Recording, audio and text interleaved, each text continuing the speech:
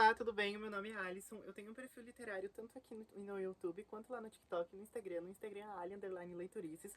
No BookTok, né? No TikTok é Alisson _ BookTok. E hoje eu vim trazer uma resenha pra vocês de Quarta Asa, o famoso Fourth Wing da Rebecca Yarros. Esse aqui foi um livro pra mim que eu dei 3,5 estrelas. Eu marquei bastante coisa e eu gostei bastante dessa história. Mas eu tenho alguns pontos positivos e negativos pra falar.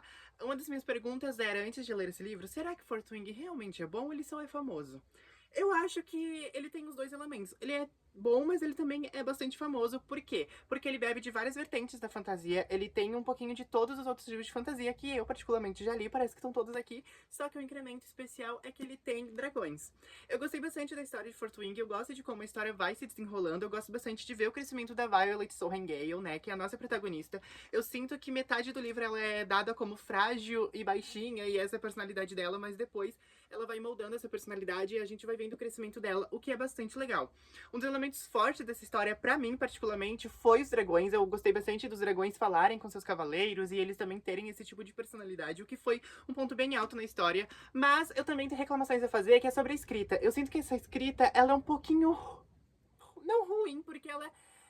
assim... ela não é ruim porque ela é fluida e você consegue entender de fato o que tá acontecendo. Mas também não é uma das melhores. Eu achei os diálogos bem fracos, tá? Eu achei que alguns diálogos não faziam sentido, né? Não compactuavam junto com a história. Porque assim, a história, ela tem dragões, ela tem guerreiros, armaduras, castelos, pergaminhos, essas coisas. E daí a gente vai ver os termos que são usados, algumas gírias, alguns palavrões, são muito modernos, muito contemporâneos. E isso acabava estragando um pouquinho da imersão da fantasia pra mim dentro dessa história. Significa que é ruim? Não, não significa que é ruim, mas significa que ele não é tão expansivo e tão imerso na questão de vocabulário e nessa questão da escrita mesmo. Mas tirando isso, o enredo, ele é bastante bom. Ele tem bastante plot twist durante a história. Alguns plot twists eu achei que foram bem óbvios. A maioria eu já tinha pego, assim, antes mesmo de acontecer. Lá no começo do livro, eu falei, isso aqui vai aparecer lá no final do livro. E eu, de fato, estava certo. Eu tô tentando falar agora sem spoilers pra quem gosta e pra quem tem curiosidade de Quarta Asa. Então, não se preocupem que até uns 3 minutos de vídeo não vai ter spoilers. Depois eu vou chamuscar spoiler, eu vou dar muito spoiler pra vocês. Pra eu poder falar com um pouquinho mais de propriedade o que eu, de fato, achei sobre essa história. Mas, enfim, eu também gostei bastante do Xaden, que é o protagonista masculino, digamos assim. Eu gostei bastante da personalidade dele. Ele é aquele famoso moreno sarcástico, emburrado, que a gente sempre vê. E é a geladeira Electrolux, super forte, e vai salvar a princesinha, e pipipipopopó. Então tem todo esse clichê do romance também. Tem todo o clichê da fantasia também. Enfim, é um livro que, se você gosta de fantasias e quer ver dragões, você vai gostar bastante dessa história. A minha reclamação maior mesmo é na questão da escrita, porque parece que foi escrito por uma mulher gay.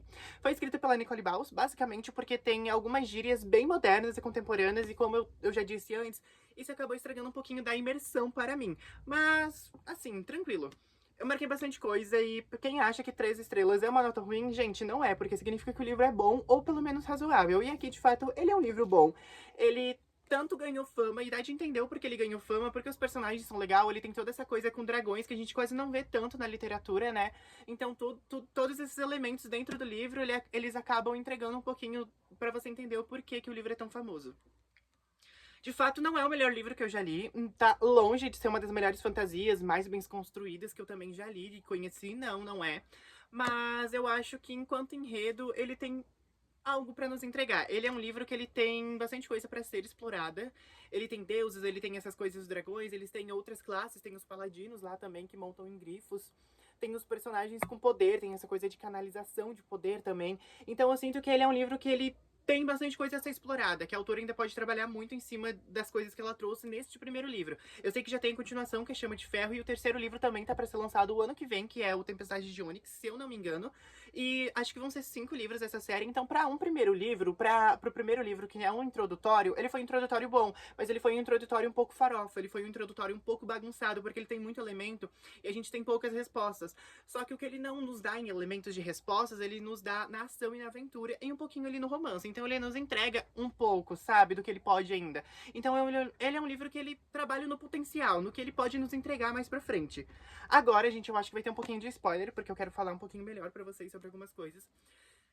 Sobre o Liam. Ele foi um personagem que ele vem de base, né? Eu gostei bastante do Liam. Eu sabia que ele ia de base porque eu pensei nele e na Ryan. Eu não sei falar o nome dela, mas é uma amiga da Violet. Eu pensei, ou vai ele ou vai ela de base. Eu sabia, porque é o puro clichê que tem nas fantasias. Algum personagem que ele aparece e do nada ele vai de base porque ele foi importantezinho pra história. Então eu sabia que ele ia de base. Eu também já sabia que a Violet ia ter 2 dragões, porque foi o puro clichê. Foi o puro clichê. Porque assim, ai, como ela é frágil e nenhum dragão vai querer ela. Eu falei assim, eu sei que tem alguma coisa envolvida com dragões e eu sei que ela vai ter 2 dragões. Eu não sei como que eu tirei essa história da minha cabeça, mas eu sabia. E eu já sabia do poder dela. Eu falei, gente, o poder dela vai ser igual ao da mãe dela de tempestade, não vai? E daí ninguém me falou nada. Eu falei, gente, é óbvio que vai ser. A mãe dela tem poder de tempestade, ela também vai ter o mesmo, só porque ela não gosta tanto de ser parecida com a mãe dela, que é a general, né? Gostei bastante. Ah, o Brennan, um ponto forte. O Brennan, eu sabia que ele tava vivo. Desde o começo, sabe por quê? A autora Rebecca Yarros, ela tenta esconder as coisas, mas ela não esconde bem. Porque no começo do livro ela diz, ah, porque ele foi morto, mas ninguém encontrou o corpo, pipipipi, popopó.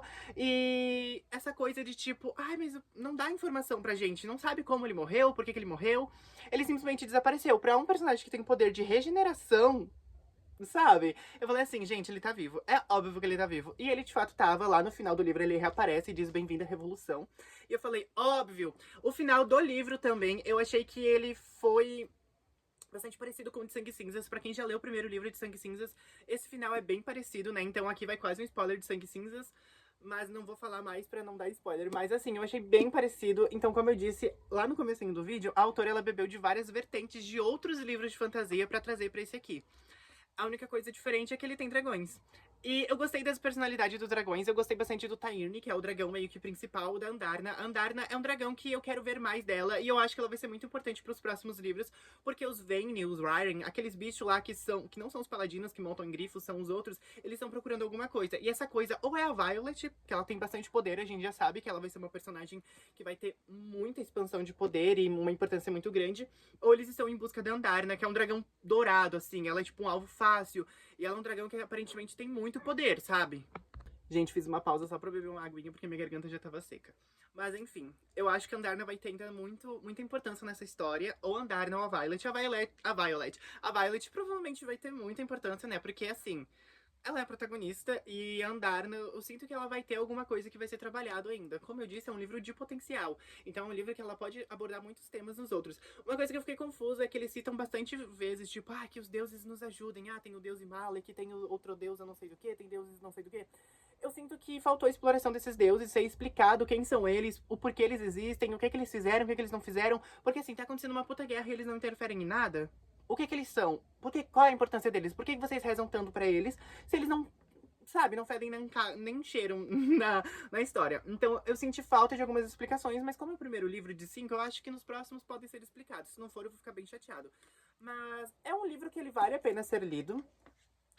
O enredo dele é bem gostoso de acompanhar, conforme você vai adentrando mais nessa história, você vai gostando mais, porque tem os desafios, então tem toda essa coisa de academia, de treinamento, de ficar forte e não sei o quê. Eu senti que tem um pouquinho de divergente nessa história aqui, principalmente nessa parte de ser divididos, né? Primeira asa, segunda asa, terceira asa, daí tem os médicos, tem os escribas, tem os cavaleiros, e cada pessoa tem meio que, assim, ai, por qual que eu vou? Não é igual em Divergente, que eles são, eles entram num coisa e o negócio diz, ah, qual você é, aqui eles podem escolher, né? Exceto a Violet, coitada.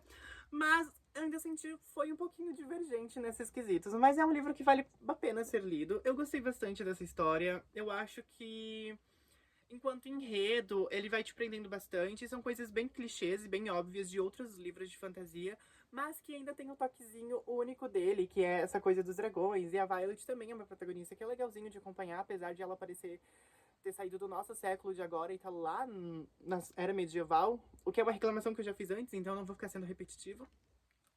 Mas eu gostei. Ah, eu tenho uma coisa pra reclamar, que é a diagramação do livro.